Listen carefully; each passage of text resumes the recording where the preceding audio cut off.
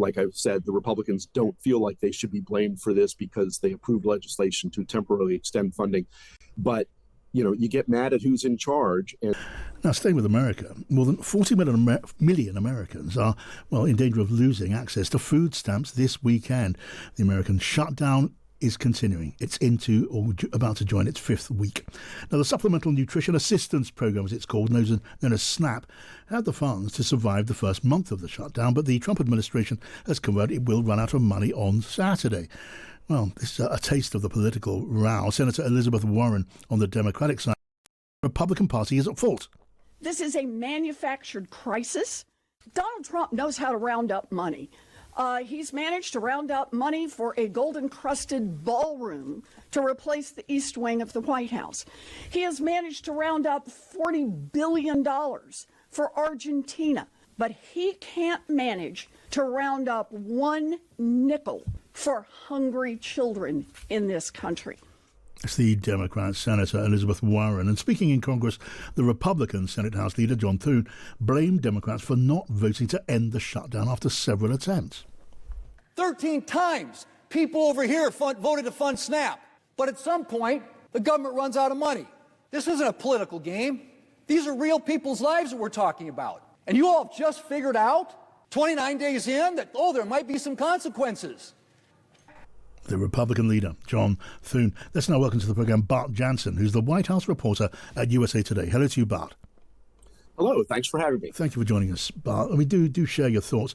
From here, it looks like a gigantic political game of chicken, of who blinks first. But we're 2 days from the end of the food stamps programme. The stakes are absolutely enormous. Well, that's right. I mean, you mentioned 42 million people depend on this program, and it's really got the attention of everybody in both parties, how to try to resolve this dispute. But in the meantime, tens of millions of people are looking to start going hungry on Saturday. Now tell me, in the political arena then, Bart, where you spend your time, that you watch so closely, which side has most to lose here? Who are the American people blaming for the shutdown and the possible end of the food stamps?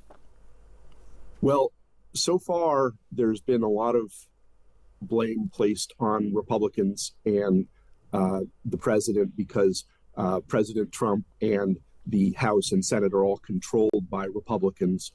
But Republicans say, hey, they're the ones that have voted to keep the government open. There would be no crisis whatsoever if they just agreed to the typical sort of Band-Aid expensing that they do every year, that they don't tend to approve their spending bills by October 1st when the fiscal year starts. This year, there's the crisis because Democrats are really fighting to try to get increased spending on health care. Yes. And so that's led to the latest logjam. Right. So the Democrats are playing hardball here, aren't they? They want those concessions on health subsidies under the Obamacare, the health legislation. Are they going to get those concessions? There's no sign of it as far as I could see. No, there's no sign of it. And that's why it's ominous that there's no clear route to fix this dispute. The Republicans say, hey, the House Republicans have already passed a bill to extend temporary funding to November 21st. So this funding is available if the Senate would just agree.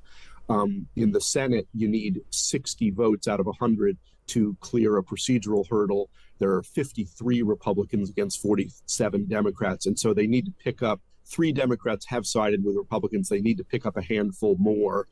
And those are the moderates or centrist Democrats that Republicans are trying to peel off now just to say, well, it's too much pain. We have to end it. And is there anything going on then behind the scenes? I was seeing some reporting earlier today, Bart, of some Democrat senators talking with their GOP opponents, as it were, in the background, behind the columns, out of sight. That's right. There is background talks. They don't talk about it to us reporters too much, but a key Republican Senator, Lisa Murkowski of Alaska, has said that those talks are increasing. There are actually 2 key deadlines happening on Saturday. One is this loss of food benefits for tens of millions of people. Another is it is the first day for open enrollment under the Affordable Care Act, which is subsidized, a marketplace for health insurance for folks. And it's subsidies for this is what Democrats are fighting for. Premium notices have gone out where premiums are going to double or more for, again, tens of millions of people. And so both of those major pain points are expected to encourage lawmakers to try to find some sort of compromise. Yeah, I mean, we've seen in the past government shutdowns leading to all sorts of blowback for the majority party on Capitol Hill. I mean, is there any reason to think it may be different this time? No, I don't think so. There are previous Senate leaders who have strenuously tried to avoid this kind of a crisis because it tends to blow back on the people who are in charge. Like I've said, the Republicans don't feel like they should be blamed for this because they approved legislation to temporarily extend funding. But, you know, you get mad at who's in charge. And so I suspect that they are nervous about how much they will be blamed and as we head into a midterm election next year. And meanwhile, in the White House that you watch daily, how do you read the mood there? Because the shutdown is being used, is it not, by the president? It's being used as a way of chopping up the size of the state, federal government activity. The president's treating it like an opportunity.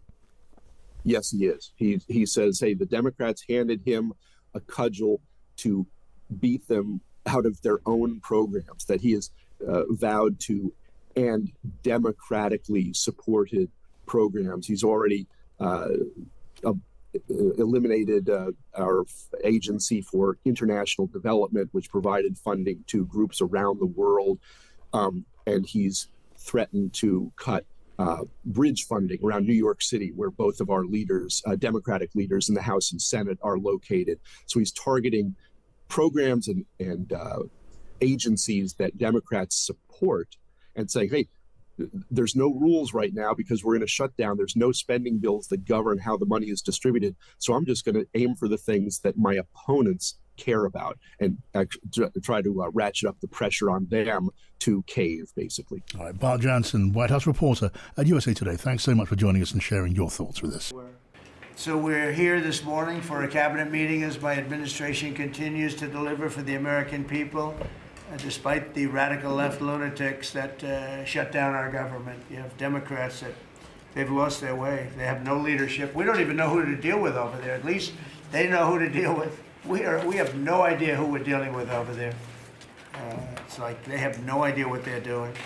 Republicans have voted repeatedly to pass a clean, nonpartisan bill to reopen government at the same funding levels. We're not going to do anything only good for health care. We're really, I think, become the party of good health care. And they keep using health care as a cudgel. They want to try and get everyone thinking about health care. We're the ones that are saving health care. And Hakeem Jeffries and the congressional Democrats are holding, despite all of the damage that it's caused, the shutdown has been, pretty damaging. I mean, it's not yet because it's early, but it gets a little bit worse as it goes along. And we'll be making cuts that will be permanent. And we're only going to cut Democrat programs. I hate to tell you. I guess that makes sense. But we're only cutting Democrat programs. But we're going to start that. And we have Russell, who can talk to you about it if he wants to. But we'll be cutting some very popular Democrat programs that aren't popular with Republicans, frankly, because that's the way it works. They wanted to do this. So we'll give them a little taste of their own medicine. But Chuck Schumer proclaimed this morning that every day gets better for them. No, every day it's actually getting worse for them. And they're having a rebellion in the Democrat Party because they want to stop. And if you saw all of Schumer's, I watched last night like 10 different times over the years, he said, you can't shut down government, you can't shut down. And now he's the one that shut it down.